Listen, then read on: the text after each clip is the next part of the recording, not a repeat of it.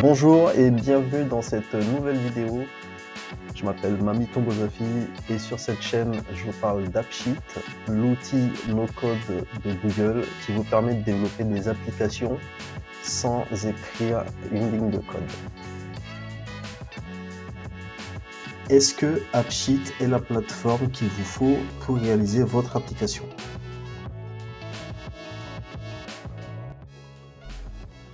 Pour répondre à la question, je vous invite à lire cet article de Chris Hinn sur scalevp.com. Bon, l'article date de 2020,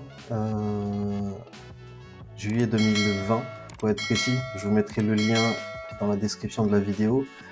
Mais je trouve que cet article résume assez bien en fait l'écosystème du no-code et du low-code en général. Et il vous explique un petit peu où se situe AppSheet vis-à-vis des autres outils no-code. C'est un bon point de départ pour que vous compreniez si AppSheet est vraiment l'outil qu'il vous faut pour commencer votre projet. Alors c'est pas spécifiquement focus sur AppSheet, ça fait, si vous voulez, ça balaye l'univers du no-code en général et du coup ça vous permettra vraiment d'avoir l'info.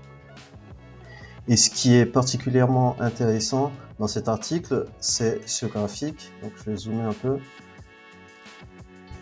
Sur ce graphique, en fait, Chris Hinn, il divise le marché du no-code et du low-code en 4 grandes parties. Donc il y a ce qu'il appelle internal, external, biz user et dev user. Donc biz user, c'est les utilisateurs qui sont plutôt orientés business. Dev user, c'est plutôt des utilisateurs orientés développement, vous l'avez compris. Du coup, ensuite, on a internal et external qui sont les types d'usage. Internal, du coup, ça s'adresse plutôt à des outils internes, type des applications métiers. Et external, ça sera plutôt des applications ou des plateformes qui vont s'adresser à des utilisateurs finaux externes à l'entreprise. Si on regarde, je vais prendre un outil qui est relativement connu, par exemple Zapier ici que vous voyez. Chris Hinn le classe dans les biz users et plutôt orienté internal. Et vous avez par exemple ici Shopify qui est un CMS utilisé pour le e-commerce. Donc vous créez une boutique pour des gens externes qui vont acheter sur votre boutique. Mais par contre, pour développer la boutique, vous allez soumettre cette plateforme-là à des utilisateurs qui ont quelques compétences en développement.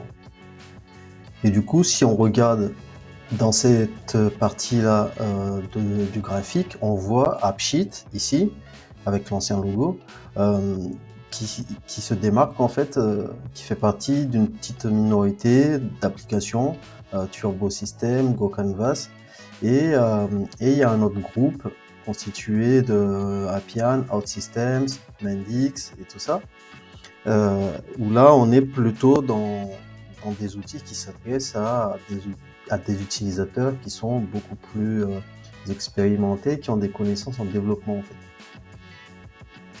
Et enfin, la dernière chose que je voulais préciser, c'est que ici, vous avez essentiellement des outils qui s'adressent à des entreprises. Turbo Systems est devenu Appify et si on va sur leur site, le message qu'ils envoient, c'est clairement que ils s'adressent à des entreprises. Et GoCanvas, c'est la même chose. Et quand vous allez sur la page d'accueil de AppSheet, c'est exactement le même message. Ici, je suis sur hellomeets.com et eux, ils proposent une autre classification. Webflow, ils le mettent en web apps et e-commerce. Bubble, ici, c'est web apps et e-commerce. Ils ont une autre sous-famille où on retrouve dans mobile apps, Adalo, Glide App et AppSheet dans le même panier. Et ici, vous avez Airtable dans Spreadsheets et Database, etc., etc. Ici, vous avez encore une autre classification, où ils regroupent plutôt les databases, tout ce qui est automation, donc les builders de sites web, les web apps et on retrouve AppSheet ici dans la catégorie mobile. Là, si on va sur la page pricing de AppSheet, vous voyez que le modèle économique d'AppSheet se base sur un coût par utilisateur. Dans la formule starter, donc, vous devez payer 5 $ pour chaque utilisateur de votre application. Donc imaginez si vous publiez votre application sur des App Store type Google Play ou l'Apple Store.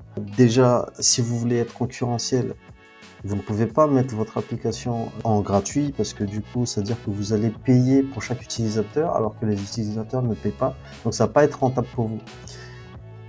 Or, si vous mettez un prix qui est beaucoup plus élevé que le coût du plan, ça veut dire que votre application va coûter minimum 5 $. Ça commence à faire cher pour une appli qui sera disponible pour le grand public. Donc c'est plutôt un outil qui s'adapte à des applications pour des entreprises. Et d'ailleurs là, on voit encore une fois le nom des plans qu'ils ont choisi, c'est Enterprise Standard, Enterprise Plus. Et on sent vraiment que Google veut s'adresser en fait à cette clientèle-là qui sont plutôt orientées business en fait. Donc l'idée c'est d'utiliser Google AppSheet pour développer des applications métiers plutôt en interne pour booster la productivité d'une entreprise.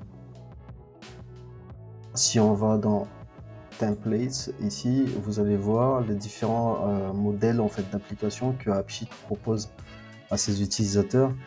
Et qu'est-ce qu'on voit tout de suite? Voilà, les modèles, c'est plutôt des modèles pour faire des inventaires, des modèles d'application pour des tableaux Kanban, des suivis de projets, du management. Bref, voilà, c'est plus des applications pour des entreprises en fait. Vous n'avez pas vraiment des applications un peu plus lifestyle, on va dire, où vous allez partager des photos, des trucs comme ça. C'est pas vraiment dans ce contexte-là que AppSheet a été développé dans sa philosophie en fait. Donc vous voyez ici Code Generator, c'est plus pour générer des devis. Voilà, pour de la logistique, gestion de calendrier. Donc encore une fois, c'est une plateforme qui est beaucoup plus orientée business, comme on avait vu dans l'article de Christine, et c'est plus pour des utilisateurs internes à une entreprise. D'un point de vue technique par rapport à vous, en fait, quand vous allez créer votre application, vous vous dites, est-ce que c'est vraiment AppSheet qu'il vous faut? Si on va par exemple dans l'aide de AppSheet, si on regarde les expressions en fait, parce que AppSheet va fonctionner comme ça. Pour chaque colonne, vous allez rentrer une expression. Et les expressions, ça va vous rappeler, si vous êtes déjà familier avec par exemple la gestion de base de données, avec par exemple le SQL et tout ça, AppSheet va très vite être plus facile pour vous parce que voilà, c'est des expressions que vous utilisez déjà dans ces requêtes-là, ou en tout cas ça se rapproche beaucoup et donc ça va être beaucoup plus facile pour vous de prendre en main AppSheet.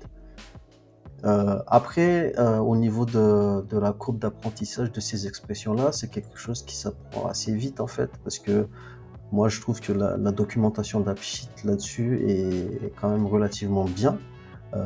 Vous avez toutes les expressions qui sont expliquées avec des exemples et je trouve que c'est pas mal. De plus, maintenant, AppSheet en fait vous fournit la possibilité de faire appel à des scripts, donc à du code écrit sur AppScript, directement dans la partie automation, où du coup dans les paramètres en fait vous pouvez choisir ce call script là et ça permet d'aller chercher le script dans un fichier séparé. Donc si vous êtes plutôt technique, que vous avez déjà de la main dans tout ce qui est développement, la prise en main d'AppSheet va être relativement facile. Si vous êtes débutant, ça sera pas évident au début, mais avec la pratique, en fait, vous allez rapidement développer vos compétences avec AppSheet et pouvoir développer votre outil. Ce qu'il faut savoir, c'est que du coup, oui, AppSheet, c'est complètement différent de certaines plateformes no-code, comme par exemple Adalo, qui fonctionne plutôt sur du glisser-déposer en fait, du drag and drop. AppSheet n'est pas du tout dans cette philosophie-là, parce que du coup, l'interface graphique est relativement fermée, on va dire. La personnalisation est relativement limitée parce que ils ont déjà conçu les différents types de vues et donc vous n'allez pas à un niveau de détail de personnalisation aussi élevé que sur Adalo ou sur Bubble. L'avantage de AppSheet pour votre projet, c'est que vous avez la possibilité en fait d'utiliser AppSheet pour prototyper une application. C'est vraiment ça en fait la force de AppSheet, c'est le prototypage. Donc si vous avez des données sur Google Sheets ou Excel ou Airtable, enfin, si vous arrivez déjà à structurer vos données, vous pouvez utiliser AppSheet pour prototyper rapidement votre application. Et là, vous regardez le côté fonctionnel en fait. Vous regardez pas le côté, on va dire, design. Vous regardez d'abord le côté fonctionnel. Si vous avez un besoin qui est urgent et vous avez besoin de solutionner un problème rapidement, donc vous avez besoin de quelque chose d'efficace en fait. Et là-dessus, je vous conseille vraiment d'utiliser AppSheet parce qu'en quelques heures, on va dire, vous serez opérationnel pour répondre à votre problématique. J'arrive à la fin de cette vidéo. J'espère que j'ai pu répondre à la question et j'espère que vous avez appris quelque chose. Je vous donne rendez-vous très bientôt dans une nouvelle vidéo. N'hésitez pas à vous abonner à la chaîne, à mettre un pouce bleu, à partager la vidéo et je vous dis à bientôt. Ciao, ciao.